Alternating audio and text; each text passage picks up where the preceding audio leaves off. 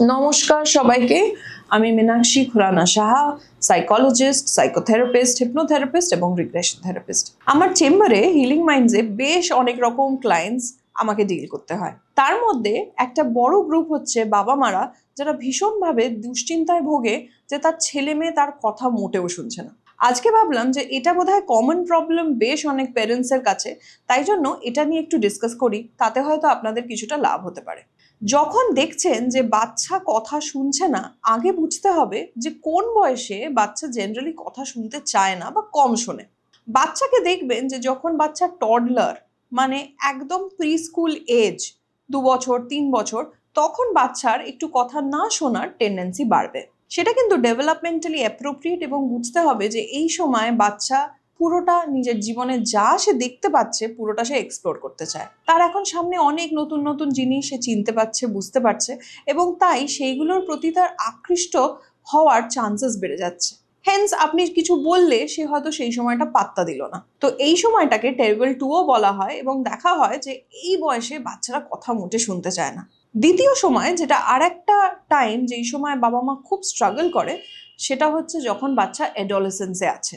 বয়ঃসন্ধিকালে এমন রকম কিছু কিছু চেঞ্জেস বায়োলজিক্যালি, ফিজিওলজিক্যালি বাচ্চাদের মধ্যে হয়, যার জন্য বাচ্চারা কিন্তু অনেকটা বেশি ডিস্ট্র্যাক্টেড থাকে। তার ফিজিক্যাল বডি হরমোনস হুড়হুড় করে বাড়ছে, তার ইমোশনাল ব্রেন ভীষণ তাড়াতাড়ি ডেভেলপ করছে, কিন্তু যেই ব্রেন জাজমেন্ট করে সেই পার্টটা কিন্তু নিজের গতিতেই ডেভেলপ করছে। হেন্স ইমোশনালি তারা চার্জ থাকে, যেটা মনে হয় তারা করে। অনেক সময় তাদের মনে হয় তাদের কেউ যেন বুঝছে না, এবং তাই আপনারা যদি কোনো লজিক্যাল কথাও বলেন বা প্রবলেম সলভিং করার মতোও কথা বলেন, সেটাও তাদের পছন্দ হয় না। কিন্তু ফার্স্ট মাথায় রাখা দরকার যে এই দুটোই ডেভেলপমেন্টের পার্ট এবং খুবই নর্মাল। এই ফেজটা কেটে যাওয়ার পরে তারা কিন্তু আবার আগের মতো কথা শুনবে।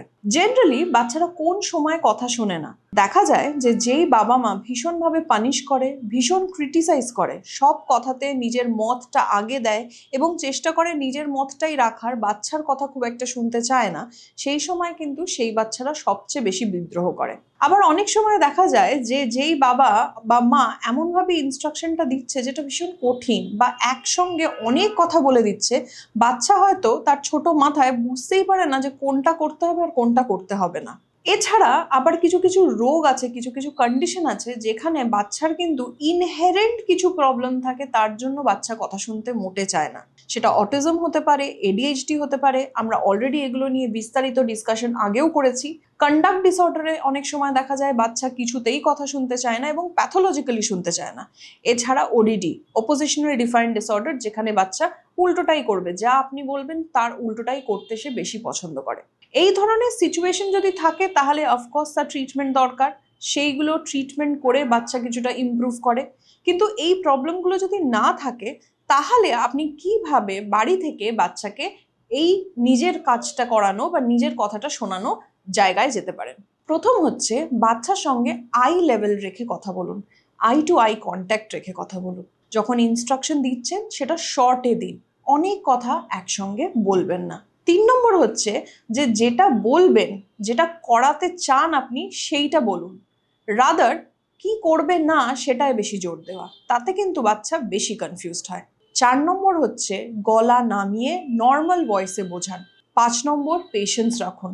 অনেক সময় দেখা যায় যে আমরা এক্সপেক্ট করি যে আমরা যেটা বললাম সেটা বাচ্চা সঙ্গে সঙ্গে শুনবে, কিন্তু এটা মাথায় রাখতে হবে যে বাচ্চাও একটি মানুষ, সে হয়তো প্রথম কিছু নিয়ে ব্যস্ত বা ইন্ট্রিগড বা ইন্টারেস্টেড, হতেই পারে যে সে টাইম নিচ্ছে, সে কাজটা শেষ করার পরে আপনার কথাটা হয়তো শুনবে, তার হয়তো মাথায় কথাটা আছে। তাই জন্য তাকে মিনিমাম 5 মিনিট টাইম দিন সেকেন্ড রিমাইন্ডারের আগে, এবং তাকে যদি বেসিক আপনি রেসপেক্ট দিয়ে কথা বলেন যে ঠিক আছে তুমি এটা করছো, এটা করে নাও, তারপরে তুমি এই কাজটা করো, তাহলে তাদের শোনার প্রবণতাও বেড়ে যাবে। আশা করি আপনি যদি এগুলো ফলো করেন তাহলে অনেকটা ফল পাবেন। ভালো থাকবেন, সুস্থ থাকবেন, আনন্দে থাকবেন। নমস্কার।